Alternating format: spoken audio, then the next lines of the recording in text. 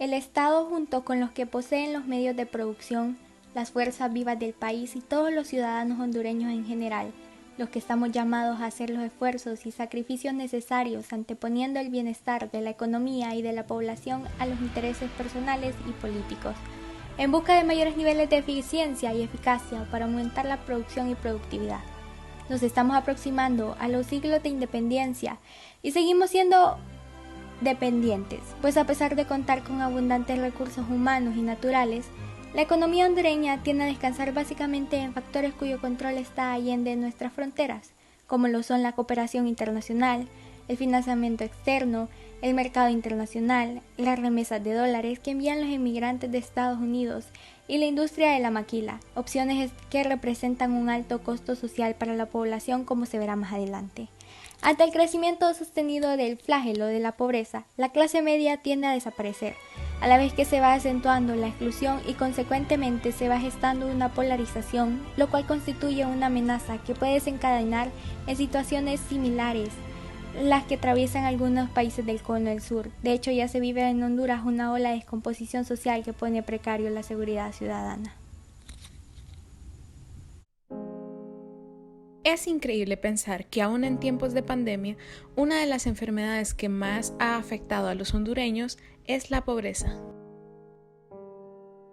Para entender la relación entre el COVID-19 y la pobreza extrema, primero debemos entender que este estado de pobreza no depende exclusivamente del nivel de ingresos, sino que también tiene en cuenta la disponibilidad y acceso a los servicios básicos.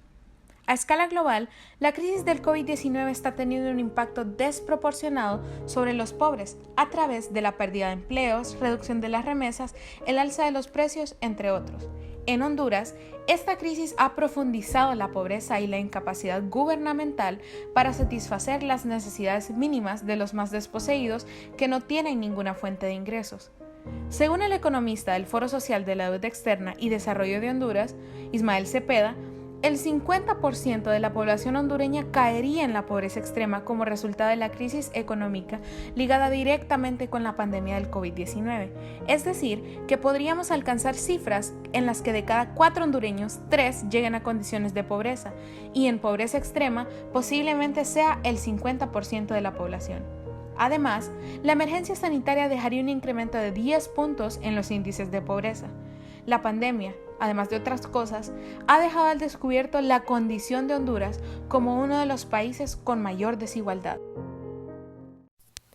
Honduras se encuentra en una posición muy alta de los países más pobres alrededor del mundo.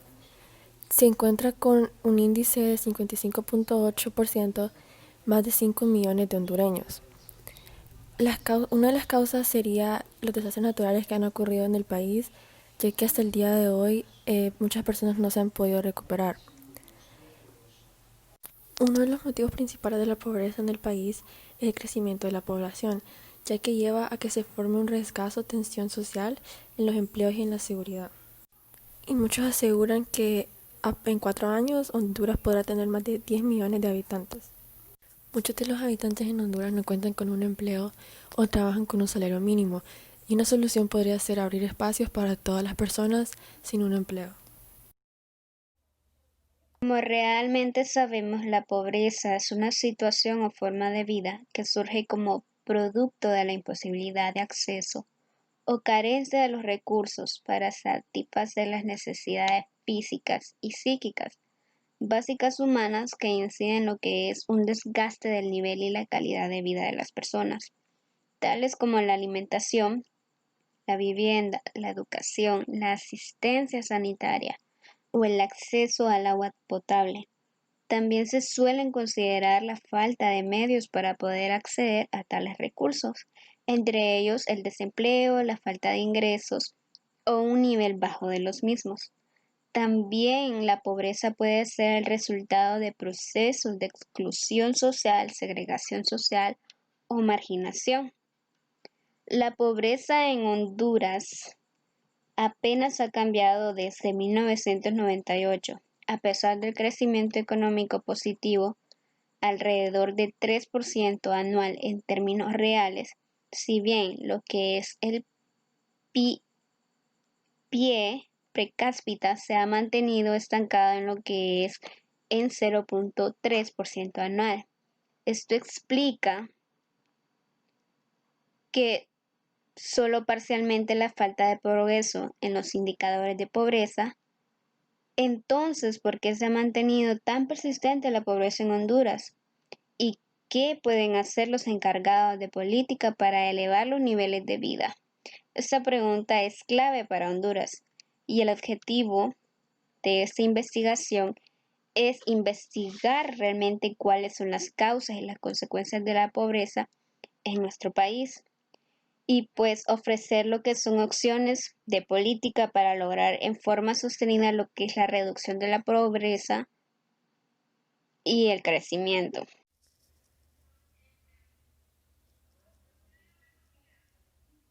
El continuo progreso en la reducción de la pobreza y en el crecimiento es un proyecto a largo plazo y realmente no existen soluciones rápidas. Sin embargo, como lo señala el análisis en esta investigación, existen políticas que podrían implementarse en los próximos años y las cuales tendrían beneficios a corto y largo plazo. De 2010 a 2012, la pobreza aumentó en lo que es 13.2% y la pobreza extrema se disparó a 23.3%. El gobierno de Porfirio Lobo, quien llegó al poder en el 2010 tras unas elecciones, en medio de la crisis política ha reducido continuamente lo que es el gasto social, a pesar del incremento en la porción del gasto público. Explicó Johnson, el llamado índice Gini, que mide la desigualdad, era en Honduras de 0.50 en 2009. Pero a final de 2011 se había elevado a 0.59, un aumento de 12.3%, el más elevado en la región. Algo que es muy interesante es que existen los niveles de pobreza. Entre ellas encontramos lo que es la pobreza absoluta, que es cuando ciertos estándares mínimos de vida tales como nutrición, salud, vivienda, no pueden ser alcanzados. Y también está lo que es la pobreza relativa, que es cuando no se tiene el nivel de ingresos necesario para satisfacer todas o parte de las necesidades básicas, de acuerdo a los criterios de un determinado tiempo y sociedad. Las formas de medir la pobreza son muy diferentes en ambas definiciones desde un punto de vista económico, sociológico y psicológico. Se complementan en ambas. Es particularmente dramática la situación de pobreza absoluta, de la cual es la principal problema de las sociedades sin recursos. Es sociológicamente y psicológicamente muy interesante la pobreza relativa, ya que la padece quizás gran parte de las sociedades desarrolladas o en vías de desarrollo. Se trata de la calidad de vida. Pero realmente la pobreza es relativa como la desigualdad. Otra forma muy común pero altamente dudosa de usar el concepto de pobreza relativa es simplemente hacerlo como sinónimo.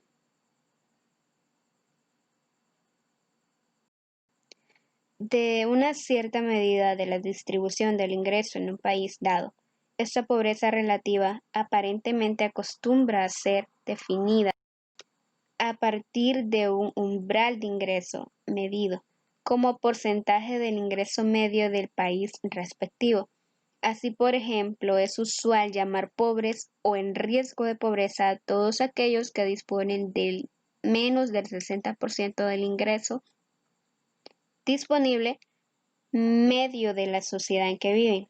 Actualmente se aceptan comúnmente 3 categorías derivadas de esta forma de medir la pobreza.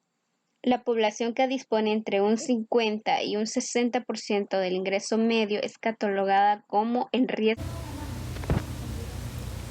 Altos niveles de pobreza y desigualdad. Un 48.6% de las personas viven en pobreza en el país. En 2018, con la norma oficial de pobreza actualizada ahora, y el porcentaje de personas viviendo en pobreza en zona rural. El 60.1% es mayor que en zonas urbanas, el 38.4% de la desigualdad y el 50.5% en el 2017 entre las más altas de la región y del mundo. También resultó en una de las clases medias más pequeñas, el 11% en el 2015 en comparación con el promedio regional de 35%. En años recientes, Honduras había registrado las segundas tasas de crecimiento económico más altas de Centroamérica, superadas solo por las de Panamá. El crecimiento del país alcanzó el 4.8% en el 2017 y el 3.7% en el 2018 y el 2.7% en el 2019, por encima del promedio en Centroamérica y muy por encima del promedio en América Latina y del Caribe. No obstante, debido al impacto por la pandemia del COVID-19 coronavirus, se espera que la economía hondureña se contraiga el 2.3% en el 2020 y crezca 3.9% en el 2021.